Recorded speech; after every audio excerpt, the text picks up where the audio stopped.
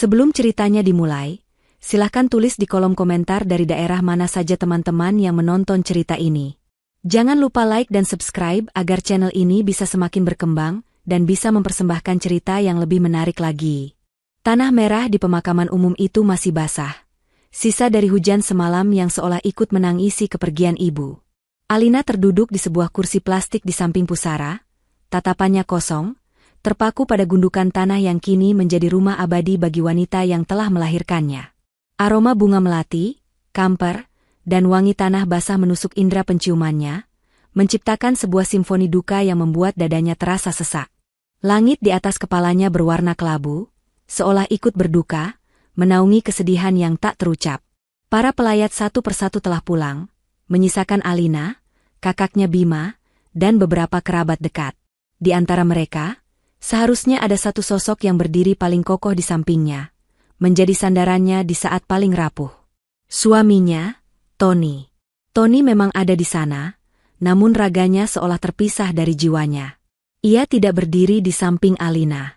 Ia berdiri agak jauh di dekat gerbang pemakaman, sibuk dengan ponselnya. Kemeja hitam mahal yang ia kenakan tampak kontras dengan suasana duka, terlalu licin, terlalu sempurna, tanpa satupun kusut yang menunjukkan ia ikut merasakan kehilangan. Sesekali ia melirik jam tangan mewahnya, seolah sedang menghitung mundur waktu hingga semua prosesi yang dianggapnya merepotkan ini selesai. Tidak ada air mata di wajahnya, tidak ada guratan kesedihan. Yang ada hanyalah ekspresi bosan dan tidak sabar. Alina melihatnya, dan sebilah pisau tak kasat mata kembali mengiris hatinya yang sudah terkoyak. Suaminya, pria yang telah ia dampingi selama 8 tahun, kini terasa seperti orang asing. Saat mereka kembali ke rumah duka, suasana masih pekat oleh lantunan ayat suci dari para tetangga yang menggelar tahlilan. Rumah sederhana peninggalan orang tua Alina terasa penuh, namun bagi Alina, rumah itu terasa begitu kosong. Ia duduk di sudut ruangan, menerima ucapan belasungkawa dengan senyum kaku dan anggukan lemah. Pikirannya melayang, kembali ke hari-hari saat tawa ibunya masih menghangatkan setiap sudut rumah ini. Kini, kehangatan itu telah pergi, digantikan oleh hawa dingin yang menusuk tulang. Tony tidak duduk di sampingnya. Ia sibuk di teras depan, berbicara di telepon dengan nada yang ditekannya agar terdengar pelan, namun tetap terdengar tegas dan penuh urusan. Bisnis, selalu bisnis. Bahkan di hari ketika ibu mertuanya baru saja dikebumikan, bisnis tetap menjadi prioritas utamanya. Malam itu, setelah sebagian besar pelayat pulang dan hanya menyisakan keluarga inti, Tony akhirnya menghampiri Alina. Bima, kakak Alina, menatap Tony dengan pandangan tajam, tidak suka dengan sikap adik iparnya sejak pagi tadi. Tony tampaknya tidak peduli. Ia menarik tangan Alina, membawanya ke kamar yang dulu ditempati oleh ibunya. Aroma minyak angin dan balsam masih samar-samar tercium di sana, membuat tenggorokan Alina tercekat. Ia pikir, akhirnya, suaminya akan memberinya pelukan, memberinya kekuatan. Ia salah besar. Tony menutup pintu, memastikan tidak ada yang mendengar. Wajahnya serius, namun bukan keseriusan orang yang berduka. Itu adalah wajah seseorang yang akan menyampaikan pengumuman penting yang tidak bisa diganggu-gugat. Alina, aku tahu kamu masih berduka. Ia memulai, nadanya datar, tanpa emosi. Tapi aku harus memberitahumu sesuatu yang penting. Alina hanya menatapnya, menunggu. Hatinya yang berharap akan sedikit penghiburan kini, mulai merasakan firasat buruk. Perjalanan bisnis ke Paris yang sudah aku rencanakan sejak 3 bulan lalu tidak bisa dibatalkan. Lanjut Tony, langsung ke intinya. Semua tiket, hotel, dan pertemuan dengan klien sudah diatur. Aku harus berangkat besok pagi. Dunia Alina seolah berhenti berputar. Paris? Besok pagi? Di saat tanah kuburan ibunya bahkan belum kering?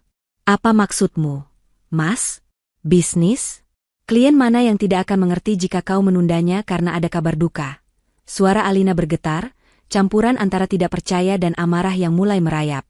Ibuku baru saja meninggal, Mas. Ibuku. Justru karena ibumu sudah meninggal, prosesinya sudah selesai, kan? Jawab Tony dengan logika bengkok yang menusuk. Aku tidak mungkin membatalkannya. Kerugiannya akan sangat besar. Mama dan Ranti juga akan ikut. Sekalian untuk menenangkan pikiran. Kau tahu sendiri mereka sangat terpukul, katanya, merujuk pada ibu dan adik perempuannya yang sejak tadi hanya menampilkan wajah sedih palsu. Alina menggelengkan kepalanya. Aku tidak percaya ini. Kalian akan pergi berlibur? Di saat seperti ini? Lalu bagaimana denganku? Kau di sini, selesaikan semua urusan tahlilan. Itu tugasmu, kan? Kata Tony enteng. Oh ya, Salsa juga akan ikut. Dia yang mengatur semua jadwal pertemuan di sana. Jadi ini murni urusan pekerjaan. Nama itu, Salsa.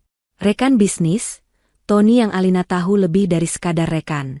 Wanita dengan tatapan mata yang selalu sinis padanya, wanita yang sering ia pergoki mengirim pesan mesra pada suaminya. Jadi, mereka akan pergi bersama ke Paris. Ke kota paling romantis di dunia, sementara ia ditinggalkan untuk meratapi kematian ibunya. Sebelum Alina sempat memprotes lebih jauh, Tony sudah mengeluarkan sesuatu dari dompetnya. Beberapa gepok uang 100 ribuan yang tebal. Ia melemparkannya begitu saja ke atas meja rias tua peninggalan ibunya. Bunyi uang yang membentur kayu itu terdengar begitu memekakan di telinga Alina. Ini, kata Tony dengan nada final. Ambil ini. Cukup untuk biaya tahlilan sampai 7 bulanan, bahkan mungkin sampai 100 hari. Jadi, jangan ganggu aku dengan urusan remeh-temeh. Anggap saja aku sedang kerja keras di Paris untuk menafkahi kamu. Setelah mengucapkan kalimat kejam itu, Tony berbalik dan berjalan keluar dari kamar, meninggalkan Alina yang mematung. Matanya terpaku pada tumpukan uang di atas meja. Uang itu terasa seperti uang duka, uang kompensasi, uang tutup mulut. Uang yang merendahkan kesedihannya, menghina memori ibunya.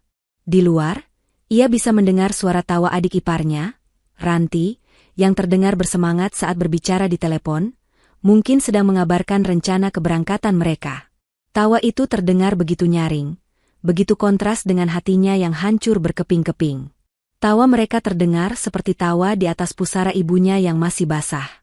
Beberapa hari setelah kepergian Tony dan keluarganya terasa seperti sebuah lorong waktu yang panjang dan sunyi. Alina menjalani hari-harinya seperti robot.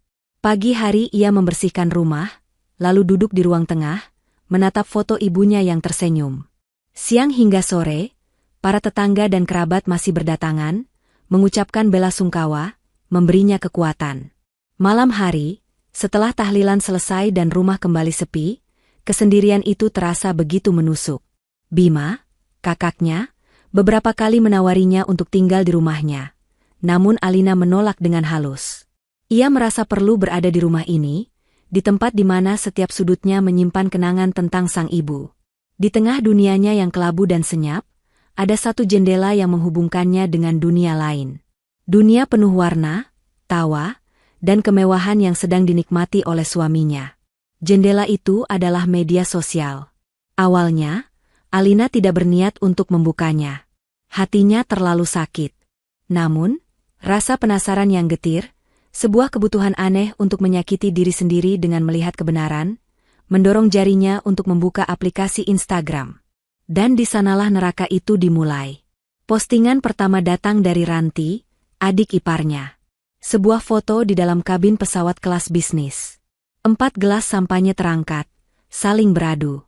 Di sana ada tangan Tony, tangan ibu mertuanya, tangan Ranti, dan satu tangan lagi dengan kuku manikur merah menyala yang ia kenali sebagai milik Salsa. Caption di bawahnya tertulis, Paris, kami datang. Saatnya bekerja sambil bersenang-senang. Business trip work hard play hard. Hashtag itu terasa seperti sebuah ejekan yang disengaja. Alina merasakan asam lambungnya naik. Ia meletakkan ponselnya, mencoba mengatur napas. Namun, beberapa jam kemudian, ia membukanya lagi. Rasa sakit itu seperti candu. Kali ini, akun Salsa yang muncul di lini masanya. Sebuah foto selfie dirinya dengan latar belakang menara Eiffel yang megah. Salsa tersenyum lebar, senyum kemenangan, mengenakan mantel bulu mahal yang jelas bukan miliknya. Di postingan berikutnya, ia memamerkan tas belanja dari berbagai merek ternama, Chanel, Dior, Louis Vuitton. Semua ditumpuk di atas ranjang kamar hotel yang mewah. Setiap gambar adalah sebuah sayatan baru. Ia melihat foto ibu mertuanya yang selama ini selalu mengeluh sakit pinggang, kini tampak sehat dan bersemangat saat mencoba topi di sebuah butik. Ia melihat Ranti berpose dengan secangkir kopi di kafe pinggir jalan yang cantik, menulis caption, "Hidup ini indah." Hidup mereka memang indah. Indah di atas penderitaan Alina. Mereka seolah sedang mengadakan pesta pora di kota cahaya, merayakan kebebasan mereka dari suasana duka yang mereka anggap mengganggu. Alina mencoba mematikan ponselnya, namun notifikasi terus berdatangan. Seolah semesta sengaja ingin menunjukkan betapa dalamnya pengkhianatan ini. Ia melihat unggahan Tony. Bukan foto selfie, Tony terlalu gengsi untuk itu. Ia mengunggah foto pemandangan kota Paris dari jendela kamarnya yang tinggi, dengan segelas anggur merah di depannya. Captionnya singkat dan arogan, pemandangan yang sepadan dengan kerja keras. Kerja keras? Kerja keras apa? Kerja keras menghancurkan hati istrinya? Hari-hari berikutnya, serangan digital itu semakin brutal. Foto-foto makan malam di restoran berbintang, video mereka tertawa saat berjalan-jalan di sepanjang sungai Seine, semuanya diunggah tanpa sedikitpun rasa bersalah. Mereka tidak berusaha menyembunyikannya. Mereka justru memamerkannya. Seolah ingin mengirim pesan yang jelas kepada Alina, "Duniamu boleh runtuh, tapi dunia kami akan terus berputar dengan gemerlap." Bima yang melihat adiknya semakin pucat dan kurus akhirnya tidak tahan. "Sudah, Nah, hentikan menyakiti dirimu sendiri. Blokir mereka semua," katanya sambil mencoba mengambil ponsel dari tangan Alina. "Aku harus melihatnya, Mas. Aku harus tahu sampai di mana batas kekejaman mereka," jawab Alina dengan suara lirih, matanya tak lepas dari layar. Dan batas itu akhirnya ia temukan. Puncaknya datang di malam ke-7 setelah kepergian ibunya, tepat saat acara tahlilan terakhir baru saja selesai di rumahnya. Sebuah notifikasi WhatsApp masuk, dari Ranti. Bukan pesan teks, melainkan sebuah kiriman video tanpa keterangan apapun. Jari Alina bergetar saat menekan tombol unduh. Mungkin video permintaan maaf? Mungkin video yang menunjukkan mereka akhirnya merasa bersalah? Harapan kecil yang bodoh itu langsung musnah saat video mulai terputar. Video itu direkam pada malam hari, dengan menara Eiffel yang berkelip-kelip sebagai latar belakangnya. Musik romantis terdengar samar-samar. Kamera yang dipegang Ranti bergoyang sedikit sebelum akhirnya fokus pada dua sosok di tengah layar, Tony dan Salsa. Kemudian, adegan yang menghancurkan sisa-sisa hati Alina terjadi. Tony berlutut dengan satu kaki. Ia mengeluarkan sebuah kotak beladu merah dari sakunya, membukanya, dan memperlihatkan sebuah cincin berlian yang berkilau di bawah lampu kota. Salsa menutup mulutnya dengan kedua tangan, akting terkejut yang begitu sempurna. Di belakang kamera, terdengar suara ibu mertua Alina berkata, "Ayo, terima, Salsa. Kamu pantas mendapatkannya." Tony mengucapkan sesuatu yang tidak terdengar jelas, namun gerak bibirnya cukup untuk Alina pahami. Salsa mengangguk dengan antusias, air mata palsu membasahi pipinya. Tony menyematkan cincin itu di jari manis Salsa, lalu berdiri dan menciumnya dengan mesra. Ranti dan ibunya bertepuk tangan dengan meriah. Video berakhir dengan Ranti membalik kamera, menunjukkan wajahnya yang tersenyum licik dan mengedipkan sebelah mata. Ponsel itu jatuh dari genggaman Alina, membentur lantai keramik dengan bunyi yang keras. Napasnya tercekat di tenggorokan. Ini bukan lagi sekadar perselingkuhan. Ini adalah sebuah rencana. Sebuah kudeta terhadap pernikahannya. Mereka tidak hanya berlibur, mereka merayakan sebuah pertunangan. Lamaran itu, cincin itu, ciuman itu, semua terjadi di saat Alina seharusnya menjadi wanita yang paling butuh dikuatkan. Mereka tidak hanya mengkhianatinya. Mereka menari, tertawa, dan meresmikan hubungan terlarang mereka di atas kuburan ibunya. Semua terasa gelap. Di tengah keheningan kamarnya, sebuah suara retakan terdengar. Itu bukan suara ponselnya yang jatuh. Itu adalah suara hatinya yang pecah berkeping-keping, untuk selamanya. Ponsel itu tergeletak di lantai keramik. Layarnya retak seperti jaring laba-laba, masih memutar sisa-sisa video pengkhianatan itu dalam mode bisu. Di luar kamar, suara orang-orang yang mengaji untuk tahlilan ibunya masih terdengar. Namun bagi Alina, semua suara itu lenyap. Yang ada hanyalah keheningan yang memekakan, sebuah vakum di mana detak jantungnya sendiri terdengar seperti genderang perang. Ia tidak berteriak. Ia tidak meraung. Ia hanya berdiri mematung, menatap dinding kosong di hadapannya. Sesuatu di dalam dirinya telah putus. Tali terakhir yang menghubungkannya dengan wanita naif yang bernama Alina, istri Tony, telah putus dan hancur berkeping-keping. Air mata yang sejak kematian ibunya mengalir tanpa henti, kini berhenti. Seolah sumbernya telah kering kerontang, atau mungkin telah membeku. Ia berjalan perlahan ke cermin di meja rias tua peninggalan ibunya. Tempat tumpukan uang dari Tony masih tergeletak seperti sebuah penghinaan. Ia menatap pantulan dirinya. Mata yang bengkak, wajah yang pucat, rambut yang berantakan. Ia melihat seorang korban. Seorang wanita yang hancur, yang ditinggalkan untuk meratapi duka sementara dunianya dijarah oleh orang-orang yang seharusnya melindunginya. Rasa muak tiba-tiba menjalari dirinya. Muak pada bayangan di cermin itu. Muak pada kelemahannya. Kesedihan atas kepergian ibunya tidak hilang. Rasa sakit itu masih ada, tajam dan dalam. Namun kini, rasa sakit itu tidak lagi melumpuhkannya. Rasa sakit itu telah bermetamorfosis, menyatu dengan amarah dari pengkhianatan yang baru saja ia saksikan. Duka dan amarah itu memilin menjadi satu kekuatan baru, sesuatu yang dingin, keras, dan tajam seperti ujung pecahan es. Ia tidak akan menangis lagi. Air matanya terlalu berharga untuk manusia-manusia sampah itu. Kini saatnya mereka yang akan menangis. Pikirannya, yang selama berhari-hari berkabut oleh duka, kini menjadi jernih setajam pisau bedah. Ia mulai memetakan semuanya. Selama 8 tahun pernikahannya, Tony selalu menganggapnya hanya sebagai istri rumahan yang patuh. Tony tidak pernah sadar, atau mungkin terlalu sombong untuk mengakui, bahwa di balik kepatuhannya, Alina lah yang menjadi otak di balik kelancaran administrasi dan keuangan bisnisnya. Alina yang mengatur pembayaran, Alina yang memantau investasi, Alina yang mengingat semua kata sandi dan PIN yang Tony sendiri sering lupakan. Tony adalah wajah perusahaan, sang penandatangan cek yang arogan. Tapi Alina adalah mesinnya, sang operator senyap yang tahu setiap detail cara kerjanya. Dan kini, sang operator akan mematikan mesin itu selamanya. Ia tidak melakukannya di kamarnya sendiri, kamar yang penuh kenangan palsu bersama Tony. Ia mengambil laptopnya dan berjalan kembali ke kamar almarhumah ibunya. Ia duduk di kursi kayu kecil di depan meja belajar tua. Di dinding, tergantung foto ibunya yang tersenyum lembut. Alina menatap foto itu, seolah meminta izin, seolah meminta kekuatan. Dan dalam keheningan, ia merasa senyum di foto itu memberinya restu.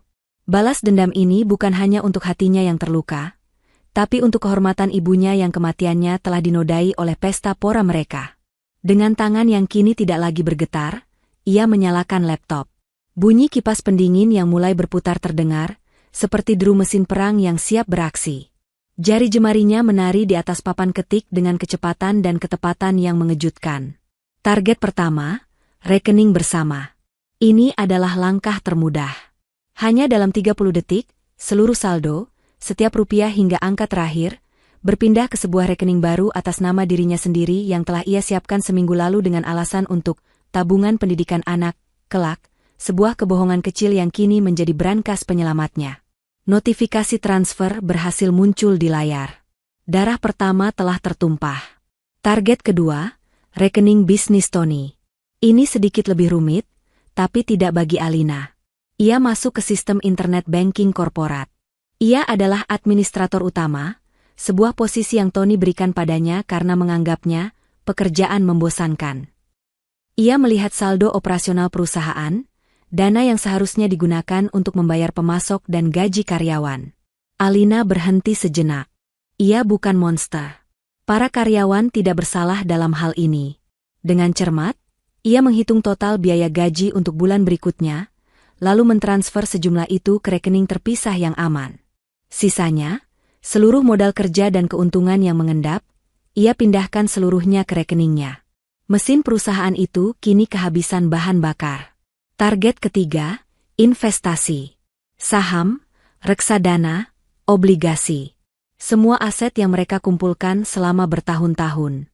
Tony selalu membanggakan portofolio investasinya di depan teman-temannya, seolah ia seorang jenius finansial.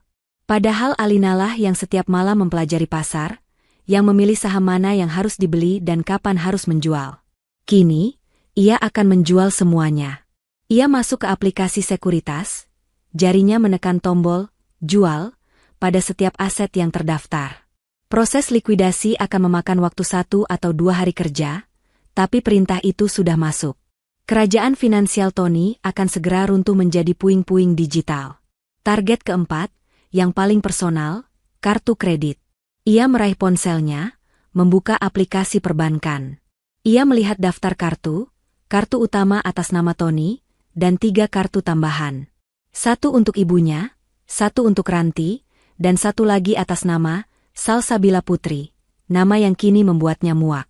Dengan napas yang teratur, ia menelepon layanan pelanggan 24 jam. Selamat malam, saya Alina, istri dari nasabah utama, Bapak Tony Wijaya. Katanya, suaranya terdengar begitu tenang, begitu meyakinkan. Saya mau melaporkan kehilangan dompet suami saya saat berada di Paris. Semua kartu di dalamnya, termasuk kartu tambahan, kami khawatirkan akan disalahgunakan. Saya minta semua kartu diblokir permanen saat ini juga. Operator di seberang sana melakukan verifikasi data. Alina menjawab setiap pertanyaan dengan lancar dan tanpa celah. Tanggal lahir Tony, nama gadis ibu kandung Tony, 3 transaksi terakhir. Ia tahu semuanya. Baik, Ibu Alina. Laporan sudah kami catat. Semua kartu atas nama Bapak Tony Wijaya dan kartu-kartu tambahannya telah kami blokir secara permanen, kata operator itu. Terima kasih, jawab Alina, sebelum menutup telepon. Tindakan terakhir adalah sebuah mahakarya kecil. Ia ingat bahwa ada 1 kartu kredit tambahan atas namanya sendiri, yang jarang ia gunakan. Ia membuka aplikasi travel. Dengan sisa limit terakhir di kartu itu, ia memesan sebuah tiket pesawat kelas bisnis 1 arah ke Singapura untuk keberangkatan lusa. Tujuannya bukan untuk berlibur. Tujuannya adalah untuk membangun benteng baru, membuka rekening bank di negara yang aman, tempat uang hasil jerih payahnya tidak akan bisa disentuh oleh Tony. Setelah tiket terkonfirmasi, ia kembali menelepon bank dan melaporkan kartunya sendiri sebagai kartu yang hilang. Jembatan terakhir telah ia bakar. Ia menutup laptopnya. Ruangan itu kembali hening. Tidak ada rasa kemenangan yang meledak-ledak. Yang ada hanyalah sebuah kepuasan yang dingin dan sunyi. Ia telah mengambil semuanya. Bukan hanya uangnya, tapi kekuasaannya, kebebasannya, dan harga dirinya. Mereka di Paris mungkin masih tertawa, masih memamerkan cincin pertunangan mereka. Mereka tidak tahu bahwa mereka kini adalah raja dan ratu dari sebuah kerajaan yang telah bangkrut. Mereka adalah orang-orang kaya yang sudah miskin, hanya saja mereka belum menyadarinya. Alina menatap kembali foto ibunya di dinding. Sebuah senyum tipis, senyum pertama dalam beberapa hari, terukir di bibirnya. Ini untukmu, Bu, bisiknya. Mereka tidak akan pernah bisa menari lagi di atas dukamu. Di Paris, ribuan kilometer dari keheningan kamar duka Alina, suasana justru hingar-bingar. Tony, Salsa, Ranti, dan sang ibu sedang berada di puncak dunia mereka, atau setidaknya begitulah yang mereka rasakan. Mereka duduk di meja terbaik di Leching, sebuah restoran bintang 3 Michelin yang terletak di dalam Hotel Four Seasons George V yang legendaris. Chandelier kristal raksasa menggantung di atas mereka, membiaskan cahaya keemasan ke seluruh ruangan. Dindingnya dilapisi kain sutra, dan di setiap meja terhampar taplak linen putih yang kaku dengan peralatan makan dari perak murni. Mereka adalah pusat perhatian, dan mereka menikmatinya. Tony berbicara dengan suara keras, menceritakan lelucon bisnis yang tidak lucu kepada pelayan yang hanya tersenyum sopan. Salsa, dalam gaun merah menyala yang terlalu mencolok, tak henti-hentinya mengagumi cincin berlian di jarinya, memastikan semua orang di meja sebelah bisa melihatnya. Ranti sibuk mengambil foto setiap hidangan yang datang, kerang Saint Jacques, foie gras, daging domba panggang, untuk diunggah di Instagram story-nya. Sang ibu, yang di Indonesia selalu mengeluh tentang kolesterolnya, kini melahap setiap hidangan mewah dengan rakus, sambil sesekali mengkritik cara penyajiannya yang menurutnya terlalu aneh. Ini adalah malam perayaan pertunangan Tony dan Salsa, sebuah pesta kemenangan atas pernikahan Tony yang mereka anggap sebagai beban. Untuk masa depan kita, sayang, kata Tony sambil mengangkat gelas kristalnya yang berisi sampanye Dom Perignon seharga ribuan euro. Untuk kita, balas Salsa, mendentingkan gelasnya ke gelas Tony. Mata mereka bertemu, penuh dengan kesombongan dan nafsu. Pesta pora itu akhirnya berakhir setelah berjam-jam. Sang kepala pelayan datang dengan sebuah map kulit hitam, menyodorkannya pada Tony dengan hormat. Di dalamnya ada tagihan makan malam mereka, sebuah angka dengan deretan nol yang akan membuat orang biasa pusing. Tony bahkan tidak meliriknya. Baginya, uang hanyalah angka, sebuah alat untuk menunjukkan status. Dengan gerakan teatrikal, ia mengeluarkan kartu kredit American Express Centurion miliknya, kartu hitam metalik yang ia anggap sebagai simbol tertinggi kekuasaannya. Ia menyerahkannya kepada pelayan seolah sedang memberikan anugerah. Beberapa menit kemudian, pelayan itu kembali. Namun kali ini, senyum sopannya sedikit kaku. Wajahnya menunjukkan ekspresi yang tidak nyaman.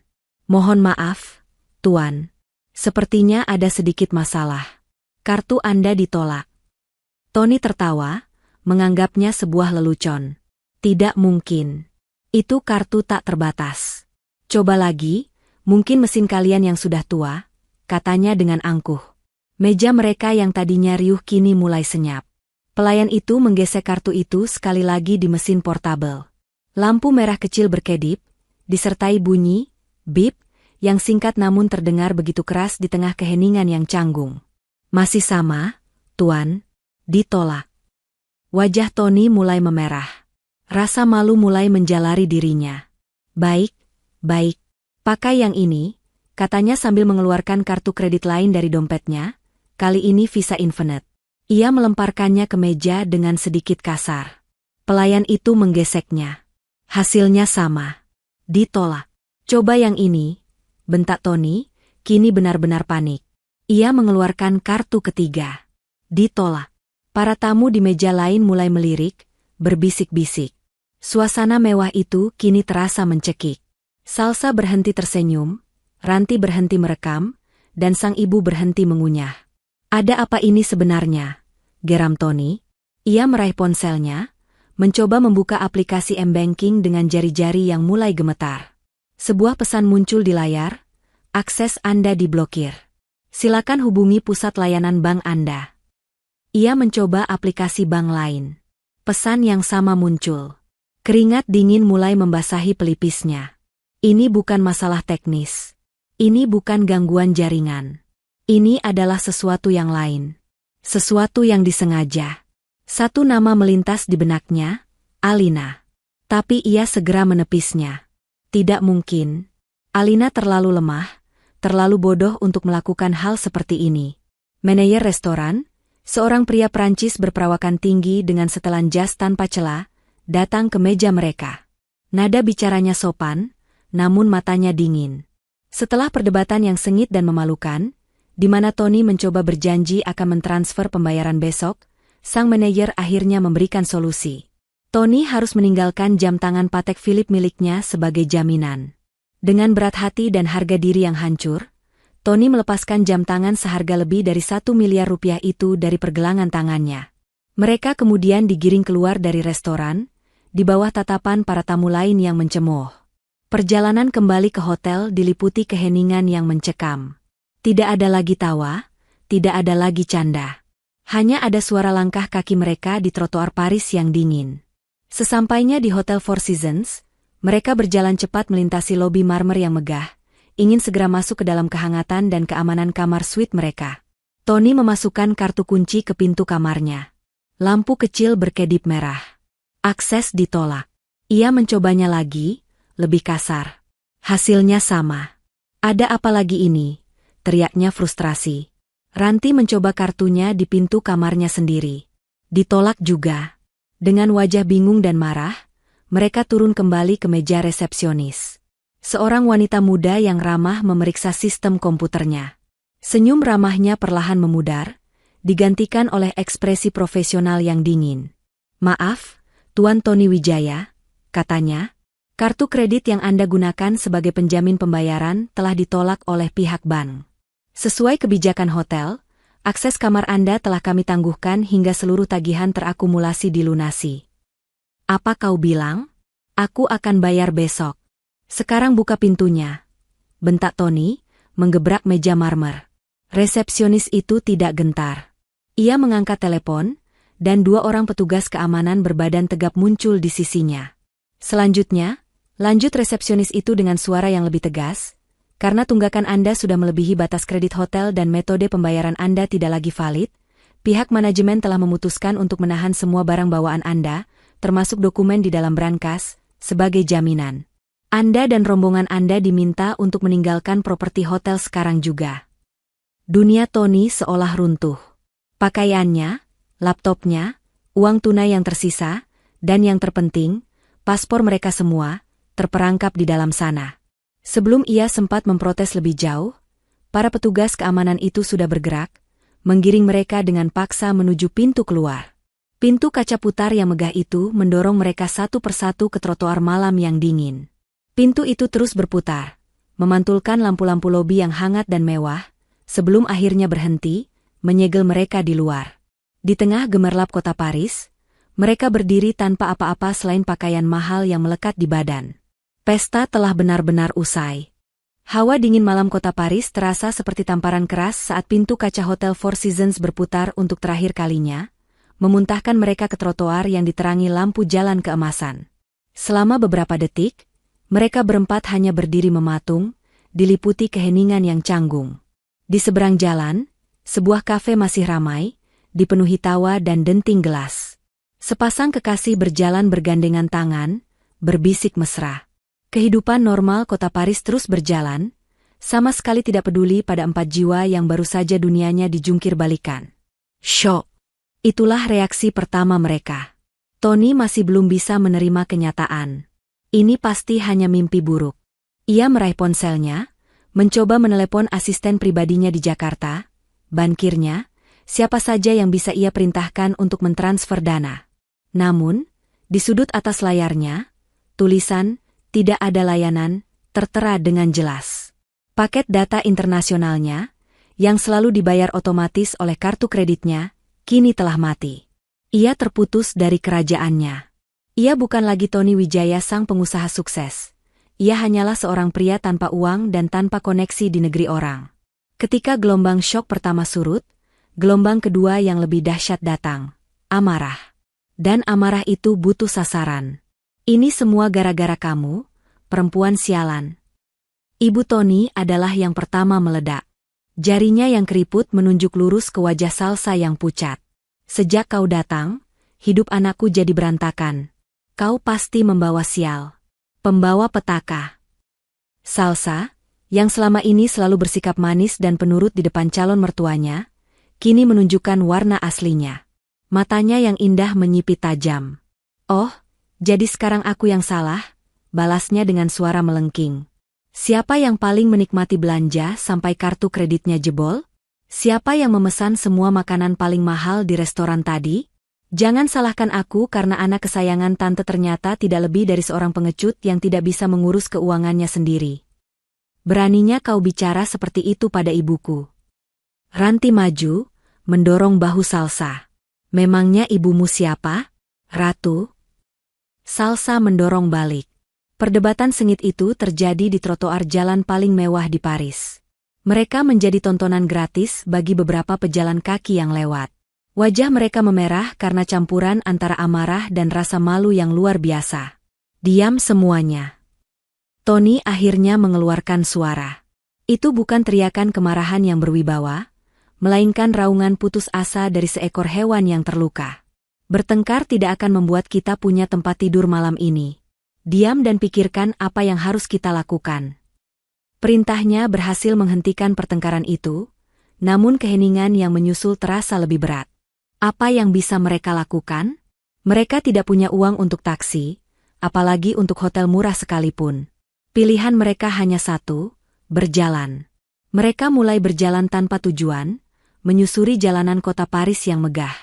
Ironisnya, mereka melewati butik-butik tempat mereka menghamburkan uang beberapa jam yang lalu. Manekin-manekin di etalase seolah menatap mereka dengan tatapan mengejek. Jembatan Pont Alexander III yang gemerlap dengan lampu-lampu emasnya, yang tadi sore menjadi latar foto romantis mereka, kini terlihat seperti gerbang menuju neraka yang dingin. Malam semakin larut dan udara semakin dingin. Kaki mereka sakit karena mengenakan sepatu mahal yang tidak dirancang untuk berjalan jauh. Akhirnya, mereka menemukan tempat yang bisa memberikan sedikit perlindungan dari angin. Sebuah pintu masuk stasiun metro yang akan segera ditutup. Mereka turun beberapa anak tangga, dan bau pesing serta udara yang lembab langsung menyambut mereka. Ini adalah titik terendah mereka. Ibu Tony, wanita yang di rumahnya memiliki 3 asisten rumah tangga, kini harus duduk di lantai keramik yang dingin dan kotor, bersandar pada dinding yang penuh grafiti. Ia menangis tanpa suara, air matanya mengalir di pipinya yang berkerut. Ranti menarik tudung jaketnya hingga menutupi wajah, seolah berharap bisa menjadi tidak terlihat. Salsa duduk dengan tatapan kosong, cincin berlian di jarinya terasa seperti borgol yang berat. Tony duduk agak menjauh dari mereka, punggungnya menghadap ke jalan. Setiap kali ia mendengar suara deru pesawat terbang di langit malam, hatinya terasa seperti diremas. Suara itu adalah suara kebebasan. Suara kepulangan. Suara dari sebuah dunia yang kini tidak bisa mereka masuki. Keputusasaan itu begitu pekat hingga ia harus mengatakannya dengan lantang, seolah untuk membuat dirinya sendiri percaya. Kita terperangkap, bisiknya, suaranya parau. Tanpa paspor, kita tidak bisa ke bandara, tidak bisa ke stasiun kereta. Kita tidak bisa meninggalkan kota ini. Paris ini, penjara kita. Kata-kata itu menggantung di udara, lebih dingin dari angin malam. Mereka bukan lagi turis yang sedang sial. Mereka adalah tahanan. Keesokan paginya, setelah melewati malam tanpa tidur yang disiksa oleh dingin dan lapar, secercah harapan muncul. Kedutaan Besar Republik Indonesia.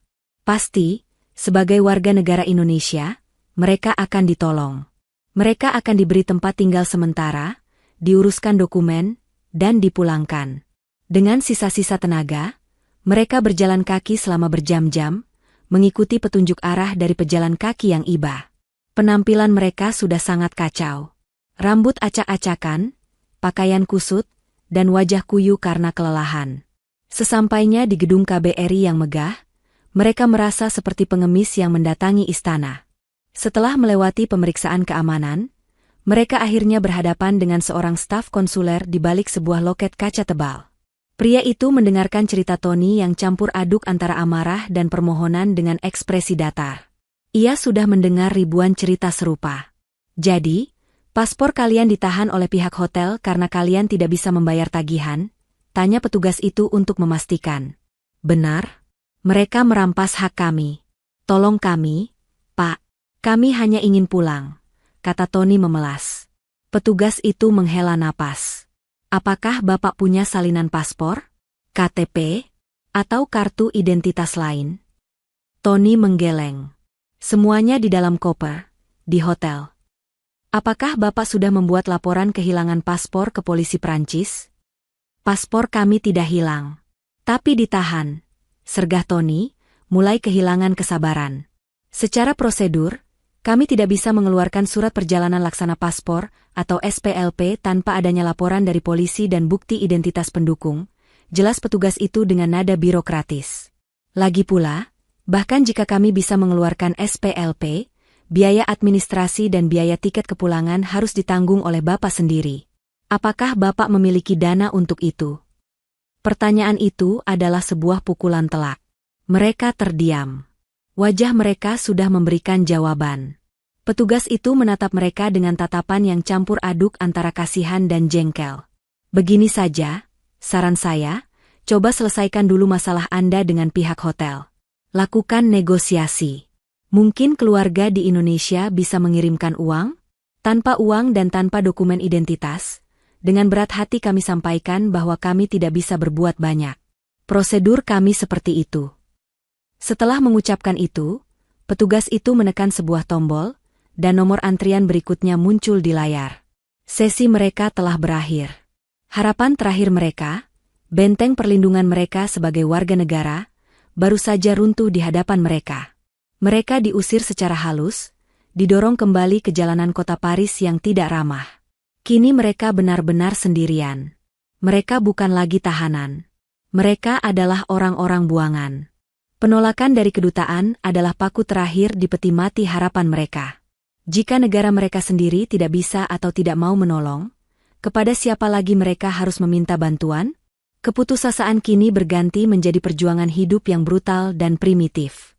Hari-hari mereka tidak lagi dihitung dengan jam, melainkan dengan rasa lapar dan dingin yang menggigit.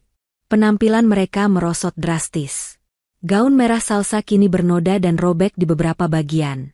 Kemeja Tony yang tadinya mahal kini tampak seperti kain lap. Rambut mereka lepek dan berminyak, dan bau badan yang tidak sedap mulai menguar, membuat orang-orang menjauh saat mereka lewat. Paris, dengan segala keindahannya, kini hanyalah latar belakang dari penderitaan mereka. Setelah 3 hari kelaparan total, hanya bertahan dengan air dari keran umum, mereka terpaksa mengambil keputusan yang paling memalukan. Menjual sisa-sisa kemewahan yang masih melekat di tubuh mereka. Tony menatap cincin kawin platinum yang melingkar di jari manisnya, cincin yang sama yang ia kenakan saat melamar Salsa beberapa hari lalu. Cincin itu kini terasa panas, membakar kulitnya. Ibunya dengan enggan melepas anting emas peninggalan almarhum suaminya. Dan Salsa, dengan air mata berlinang, melepas cincin pertunangannya. Simbol kemenangan yang ia pamerkan dengan bangga kini, harus ditukar dengan beberapa lembar uang euro. Mereka menemukan sebuah toko gadai kecil di sebuah gang sempit yang remang-remang. Pemiliknya, seorang pria tua dengan mata yang lihai, langsung bisa membaca keputusasaan di wajah mereka. Ia menimbang perhiasan mereka, mengamatinya di bawah kaca pembesar, lalu menyebutkan angka yang sangat rendah, kurang dari 1/10 harga aslinya. Ini perampokan, teriak Tony. Berlian ini saja harganya puluhan ribu euro. Pria tua itu hanya mengangkat bahu. Di jalanan, Nona, berlian hanya bernilai sepotong roti jika kau kelaparan. Ambil tawaran saya, atau pergi, katanya dalam bahasa Inggris terpatah-patah. Mereka tidak punya pilihan. Dengan hati yang hancur, mereka menerima beberapa lembar uang kertas yang kusut itu. Uang hasil penjualan harga diri mereka. Dengan uang itu, mereka langsung pergi ke toko kelontong terdekat dan membeli makanan, beberapa baget panjang, keju, dan sosis murah. Mereka duduk di sebuah bangku taman, makan dengan rakus seperti serigala yang kelaparan. Tidak ada lagi tata krama, tidak ada lagi percakapan. Hanya ada suara kunyahan dan tegukan yang tergesa-gesa. Makanan itu memang mengenyangkan perut mereka, tapi sekaligus mengosongkan jiwa mereka. Uang itu habis dalam 2 hari. Sebagian besar untuk makanan dan 1 malam di sebuah kamar hostel yang pengap dan bau, tempat mereka harus berbagi kamar mandi dengan orang asing. Ketika uang habis, mereka kembali ke titik nol. Tapi kali ini, situasinya lebih buruk. Tidak ada lagi yang bisa dijual. Hierarki dalam kelompok mereka pun lenyap. Tony bukan lagi pemimpin. Ia hanya seorang pria gagal yang seringkali hanya duduk termenung dengan tatapan kosong. Ibunya tidak lagi mengomel. Ia lebih sering menangis dan meracau tentang ingin pulang. Ranti menjadi pendiam dan menarik diri, matanya selalu waspada seolah takut pada semua orang. Masing-masing dari mereka mulai mencapai titik terendah secara personal. Ibu Tony, didorong oleh rasa lapar yang tak tertahankan, memberanikan diri untuk menadahkan tangan kepada turis yang lewat di dekat Katedral Notre Dame.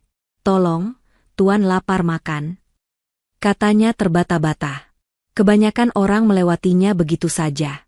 Namun, seorang wanita parubaya berhenti, menatapnya dengan iba, lalu meletakkan sebuah koin 2 euro di telapak tangannya. Menerima sedekah itu, martabat sang ibu yang selama ini ia junjung tinggi hancur lebur.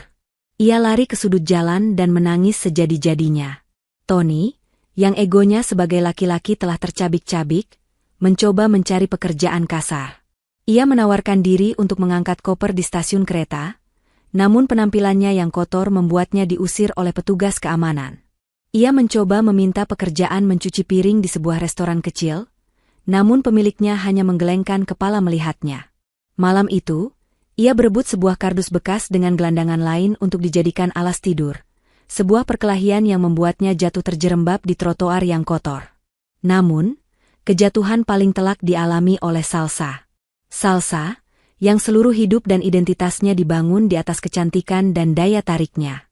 Ia sadar, di tengah keputusasaan ini, hanya itu satu-satunya aset yang ia miliki. Suatu sore, ia melihat seorang pria parubaya yang berpakaian necis sedang duduk sendirian di sebuah kafe outdoor, menyesap kopinya. Dengan sisa-sisa tenaga, Salsa mencoba merapikan penampilannya. Ia menyisir rambutnya dengan jari, membasahi bibirnya, dan memakai sisa lipstik terakhir dari tasnya yang sudah usang. Ia berjalan mendekati pria itu, memasang senyumnya yang paling menawan, senyum yang dulu bisa meluluhkan pria manapun. "Permisi, Tuan. Boleh saya menemanimu minum kopi? Sepertinya Anda kesepian," katanya dengan suara yang dibuat seramah mungkin. Pria itu mengangkat kepalanya, menatap Salsa dari ujung rambut hingga ujung kaki. Tatapannya bukan tatapan nafsu atau ketertarikan.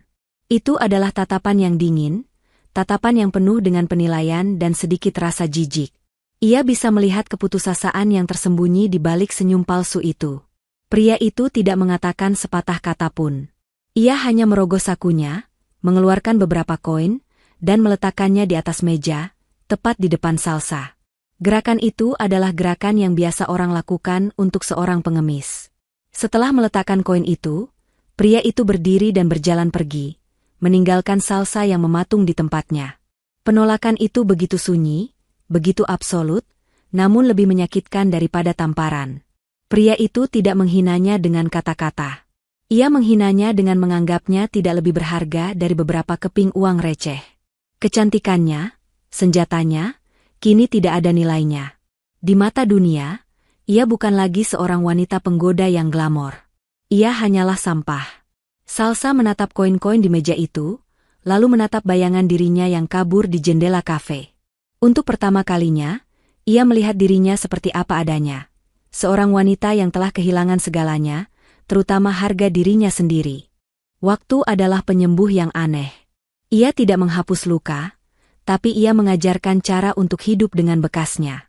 40 hari telah berlalu sejak kepergian ibu. Di Indonesia, angka itu memiliki makna yang dalam, sebuah penanda tuntasnya masa berkabung awal dan dimulainya lembaran baru untuk mendoakan yang telah tiada. Suasana di rumah Alina kini jauh berbeda. Kepedihan itu masih ada, membayang tipis di setiap sudut, namun tidak lagi mencekik.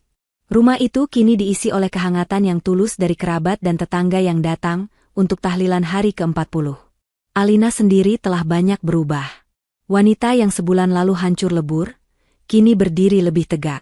Wajahnya tidak lagi pucat pasi, dan matanya yang dulu kosong kini memancarkan seberkas cahaya ketenangan.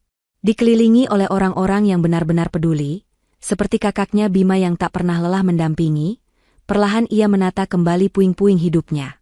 Selain mengurus acara duka, ia mulai membereskan warisan yang lebih rumit, kekacauan finansial yang ditinggalkan Tony. Ia menemukan tumpukan tagihan yang belum terbayar, pinjaman-pinjaman kecil atas nama perusahaan yang digunakan untuk kepentingan pribadi Tony, dan jejak-jejak pengeluaran fantastis lainnya. Setiap lembar bukti adalah penegasan bahwa keputusannya malam itu adalah benar. Ia tidak sedang membalas dendam. Ia sedang melakukan amputasi untuk menyelamatkan sisa hidupnya dari bagian yang telah membusuk.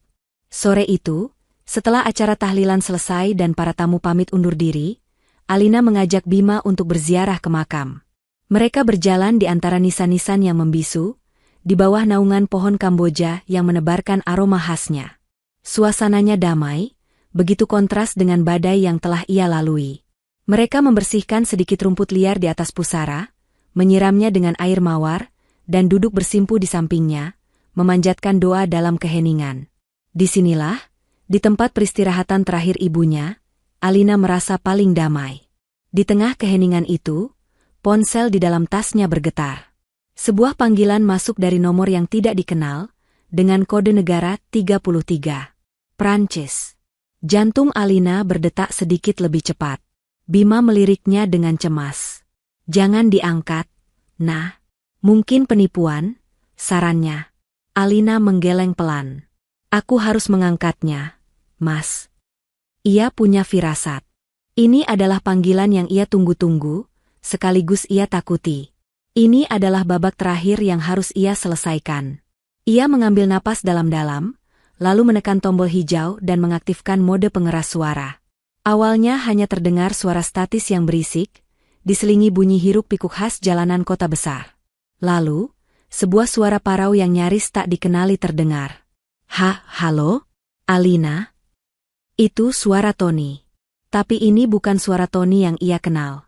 Bukan suara arogan, bukan suara yang penuh perintah.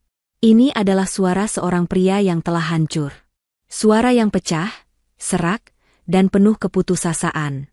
"Alina, ini aku, Tony," lanjut suara itu, kini diselingi isak tangis yang tertahan.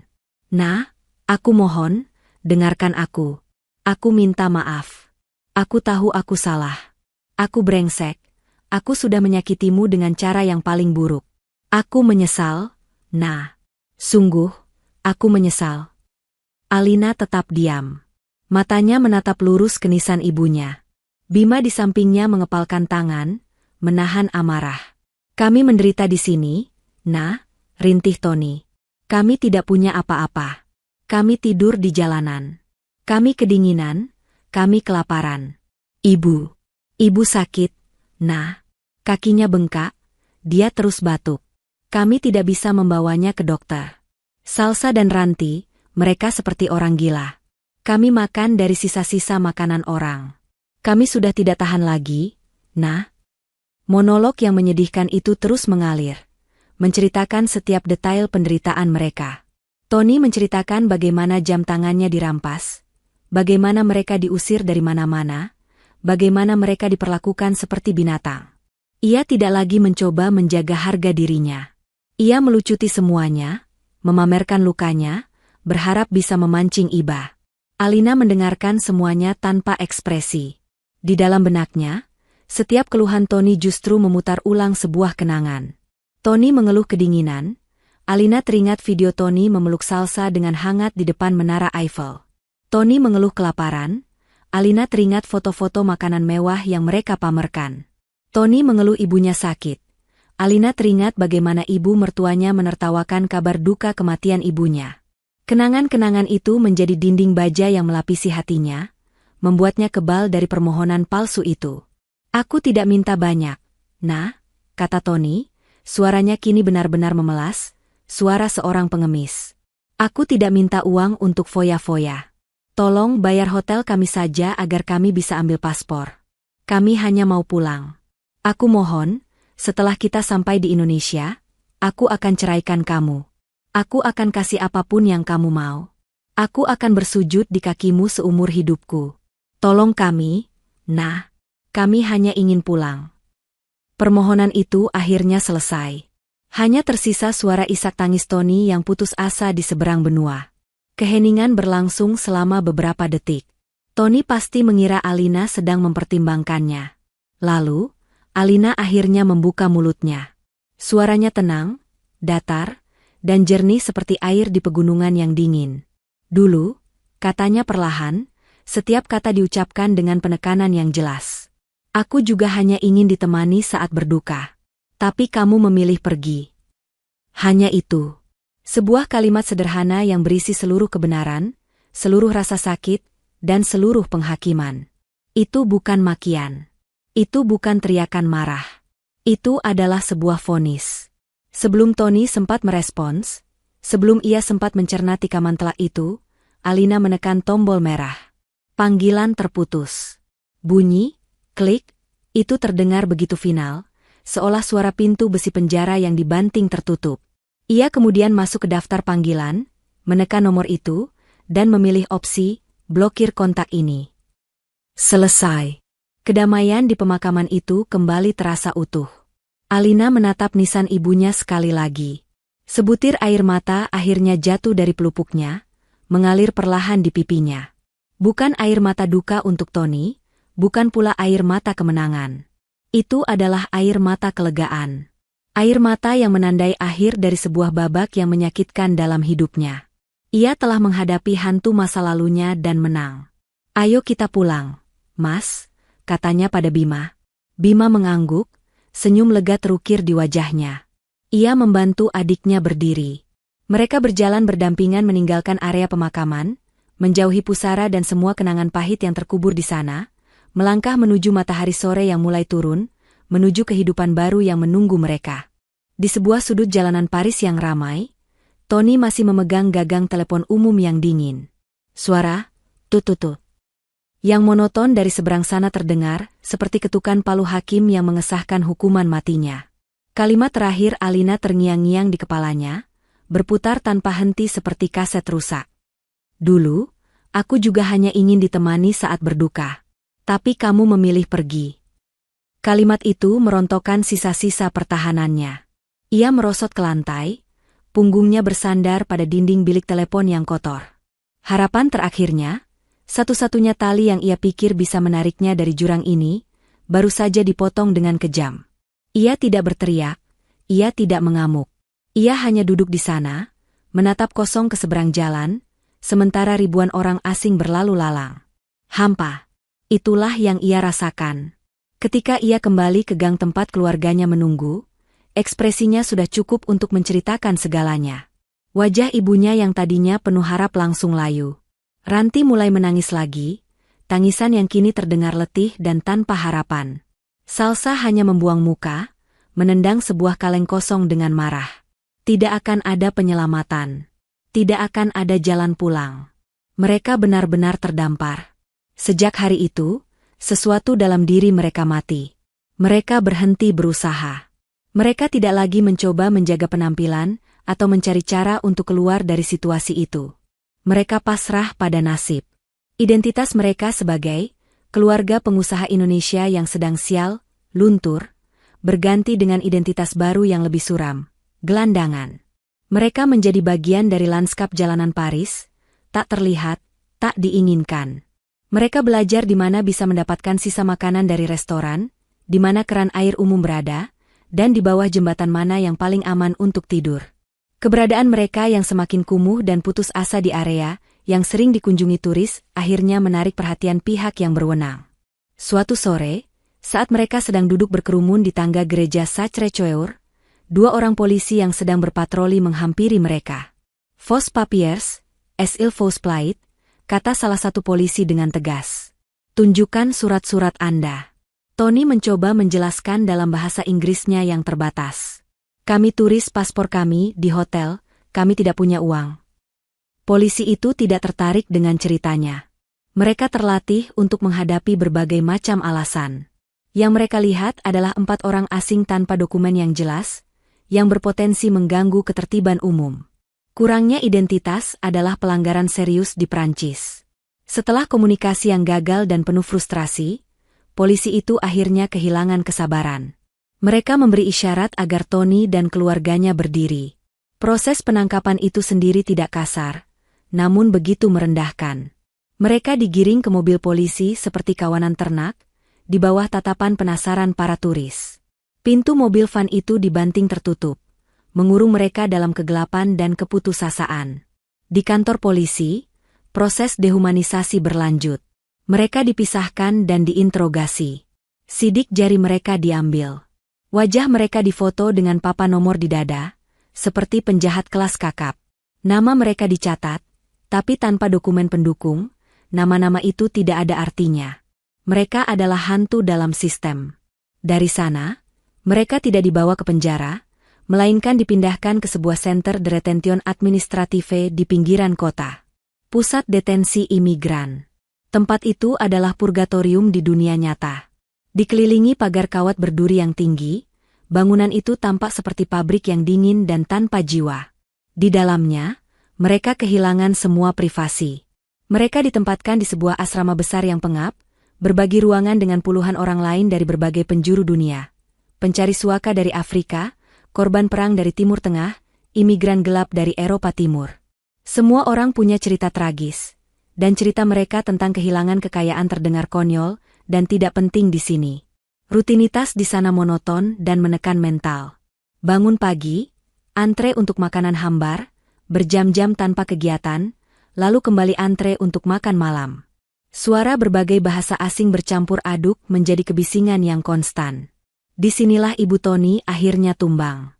Tubuhnya yang sudah lemah karena gizi buruk dan stres, tidak mampu bertahan dalam kondisi yang keras.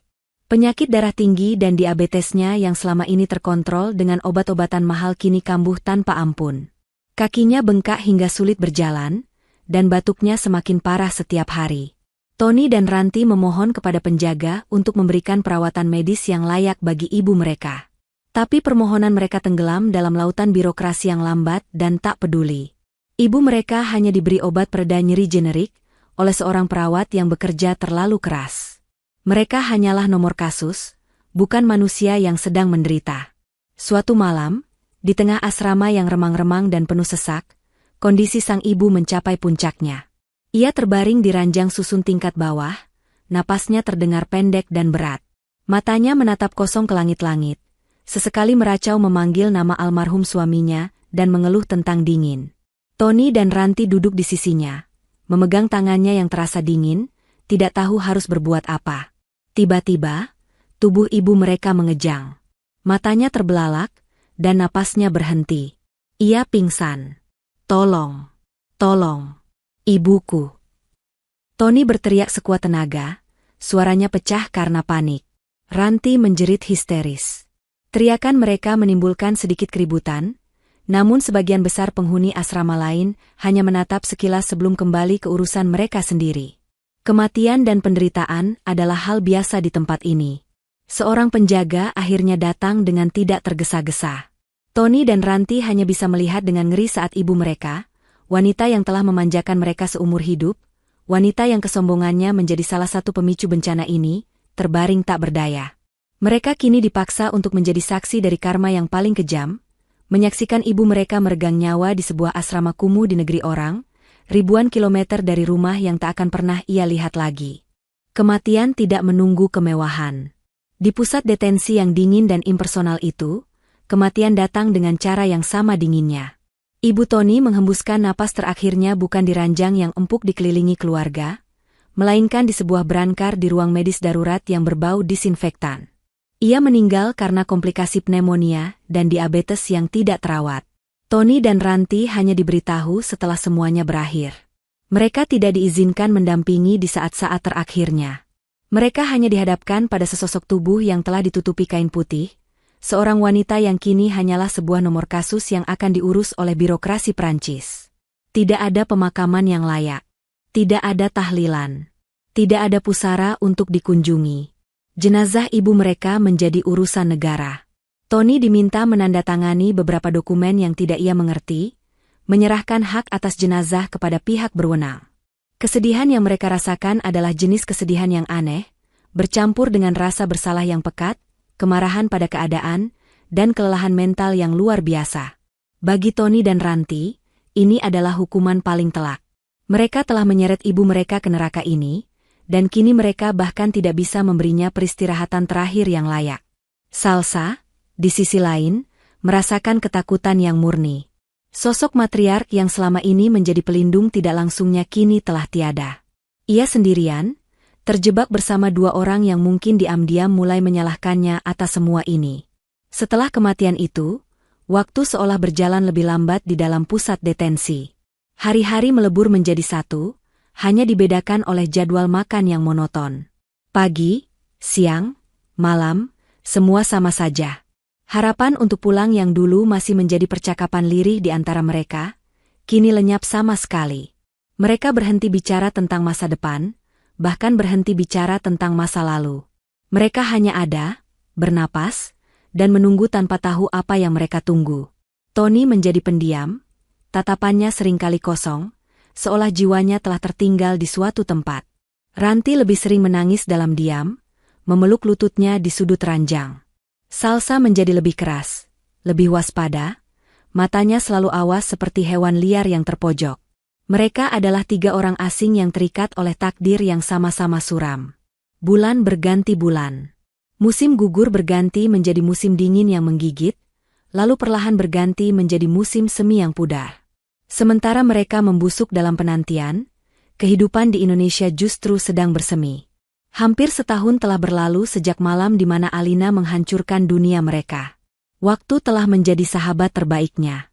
Alina tidak lagi hanya sekadar sembuh. Ia telah mekar. Usaha catering kecil yang ia rintis dari resep-resep almarhumah ibunya, yang ia beri nama Dapur Alina, berkembang pesat. Awalnya ia hanya menerima pesanan dari tetangga, kini ia sudah menjadi langganan beberapa kantor kecil di kotanya. Ia mempekerjakan 3 orang ibu rumah tangga dari lingkungannya, memberi mereka penghasilan dan tujuan. Rumah peninggalan ibunya telah ia renovasi menjadi tempat yang hangat dan nyaman, sekaligus menjadi basis usahanya. Proses perceraiannya dengan Tony sudah lama selesai. Secara hukum, ia adalah seorang wanita lajang yang bebas. Ia berhasil membuktikan di pengadilan bahwa Tony telah melakukan penyelewengan aset dan perselingkuhan, yang membuatnya berhak atas sebagian besar harta gonogini yang tersisa setelah membayar utang-utang Tony. Ia menjual semua properti mewah mereka, mengambil sebagian kecil untuk modal dan sisanya ia simpan dengan bijak. Ia tidak lagi hidup dalam kemewahan, tapi ia hidup dalam kedamaian, sesuatu yang tidak bisa dibeli dengan uang. Suatu sore, saat ia dan Bima sedang tertawa bersama di teras rumah sambil menikmati teh, ia menyadari sesuatu. Ia bahagia. Benar-benar bahagia. Di tengah kehidupannya yang baru dan damai itulah, sebuah email masuk ke komputernya. Pengirimnya adalah alamat email resmi dari Kedutaan Besar Republik Indonesia di Paris. Jantungnya tidak berdebar kencang seperti dulu. Ia hanya merasakan sedikit rasa ingin tahu. Dengan tenang, ia membuka email tersebut. Isinya sangat formal dan birokratis. Email itu memberitahukan bahwa setelah proses yang panjang, dan dipercepat karena adanya kasus kematian seorang WNI atas nama Nyonya Lestari Wijaya di dalam detensi, pemerintah Prancis akhirnya menyetujui proses deportasi untuk 3 WNI lainnya. Nama mereka tercantum dengan jelas: Tony Wijaya, Ranti Wijaya, dan Salsabila Putri. Mereka dijadwalkan untuk dipulangkan ke Jakarta pada tanggal 15 Agustus, dengan menggunakan penerbangan repatriasi khusus yang diatur oleh pemerintah. Alina membaca setiap kata dengan teliti. Email itu menjelaskan bahwa ia dihubungi karena namanya masih tercatat sebagai kontak darurat dan keluarga terdekat dalam sistem data keimigrasian lama, sebelum perceraian mereka resmi tercatat secara internasional. Kemudian, ia sampai pada paragraf terakhir, paragraf yang menjadi puncak dari semua ini. Paragraf itu berbunyi, sesuai dengan prosedur standar untuk deportan yang tidak memiliki penjamin, setibanya di Jakarta, mereka akan diserahkan kepada pihak Kementerian Sosial untuk penanganan lebih lanjut di panti rehabilitasi sosial. Sebagai formalitas, kami ingin menanyakan apakah Ibu Alina bersedia untuk menjadi penjamin atau setidaknya hadir di bandara untuk proses serah terima. Pertanyaan itu menggantung di layar. Sebuah pilihan terakhir. Sebuah kesempatan untuk menunjukkan belas kasihan, atau untuk menutup buku selamanya. Alina tidak ragu sedikit pun. Ia menatap layar komputernya dengan tatapan yang tenang. Ia teringat pada tumpukan uang yang dilempar ke meja rias ibunya. Ia teringat video lamaran di Paris. Ia teringat suara memelas Tony di telepon. Semua itu kini terasa seperti adegan dari film tentang kehidupan orang lain. Ia menggerakkan kursor mouse-nya. Ia tidak membalas. Ia tidak mengarsipkan email itu untuk disimpan. Ia menggerakkan kursor ke tombol, tandai sebagai spam. Sebuah klik. Email itu menghilang dari kotak masuknya. Kemudian, ia membuka folder spam, menemukan email itu di antara puluhan email penipuan lainnya. Ia mencentang kotak di sampingnya, dan menggerakkan kursor ke tombol, hapus selamanya. Satu klik terakhir. Pesan itu, dan ketiga nama di dalamnya, lenyap dari dunianya, seolah tidak pernah ada. Ia kemudian menutup laptopnya, berdiri, dan berjalan ke dapur. Ia mengambil papan tulis kecil tempat ia mencatat pesanan. Pesanan nasi tumpeng untuk syukuran Pak RT, hari Sabtu, gumamnya pada diri sendiri. Hidupnya terus berjalan. Dan di dalam hidupnya yang baru, tidak ada lagi tempat untuk sampah dari masa lalu. Langit Jakarta pada pertengahan Agustus terasa panas dan menyesakkan. Kelembapan udaranya yang pekat terasa seperti selimut basah yang lengket di kulit, sebuah sambutan yang brutal bagi 3 orang yang telah terbiasa dengan iklim Eropa. Pesawat yang membawa mereka pulang bukanlah pesawat komersial yang nyaman. Itu adalah pesawat sewaan tanpa kemewahan, yang lebih sering digunakan untuk mengangkut logistik atau personel militer. Mereka duduk di antara puluhan orang asing lain dengan nasib serupa.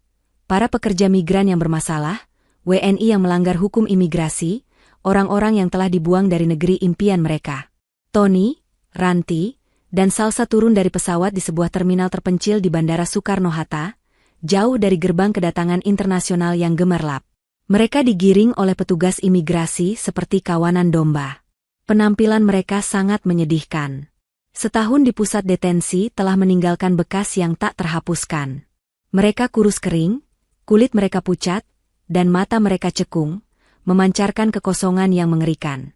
Mereka mengenakan pakaian sumbangan yang tidak pas di badan, sebuah kemeja kebesaran untuk Tony, gaun pudar untuk Ranti, dan celana olahraga lusuh untuk Salsa. Trauma dan penderitaan telah merenggut semua sisa-sisa penampilan angkuh mereka. Di dalam ruang pemeriksaan imigrasi yang steril, nama mereka dipanggil satu persatu. Dokumen perjalanan sementara mereka dicap dengan stempel besar berwarna merah. Deportasi. Mereka tidak memiliki bagasi untuk diambil. Mereka hanya membawa satu tas jinjing kecil berisi beberapa potong pakaian ganti. Seorang petugas kemudian memanggil nama mereka melalui pengeras suara, menanyakan apakah ada keluarga yang menjemput. Panggilan untuk penjemput Tuan Tony Wijaya, Nona Ranti Wijaya, dan Nona Salsabila Putri. Ditunggu di ruang serah terima. Mereka menunggu. 5 menit. 10 menit. Setengah jam. Ruangan itu tetap sepi. Tidak ada wajah yang mereka kenali. Tidak ada yang datang untuk mereka. Keheningan itu adalah jawaban paling telak yang pernah mereka terima. Alina tidak datang. Kerabat lain pun tidak ada yang peduli. Mereka benar-benar telah dihapus dari kehidupan semua orang. Sesuai prosedur, petugas imigrasi akhirnya menyerahkan mereka kepada 2 orang berseragam dari Kementerian Sosial yang telah menunggu dengan sabar.